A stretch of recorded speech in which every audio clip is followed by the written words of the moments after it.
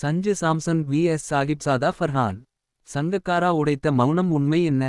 சமீபகாலமாக தொடர் நாயகன் பிளேயர் ஆஃப் த டூர்னமென்ட் விருது குறித்து சமூக வலைதளங்களில் பெரிய விவாதம் போய்க்கொண்டிருக்கிறது.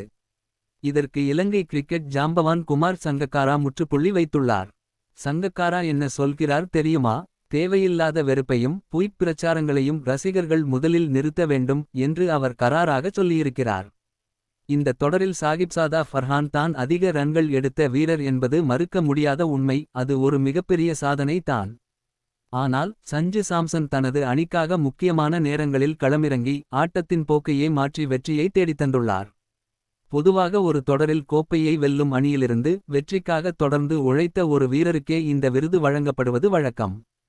ஃபர்ஹானின் திறமையை யாரும் குறைத்து மதிப்பிடவில்லை. ஆனால் சஞ்சு சாம்சனின் இம்பாக்ட், அதாவது அந்த போட்டியில் அவர் ஏற்படுத்திய தாக்கம் மிக அதிகம்.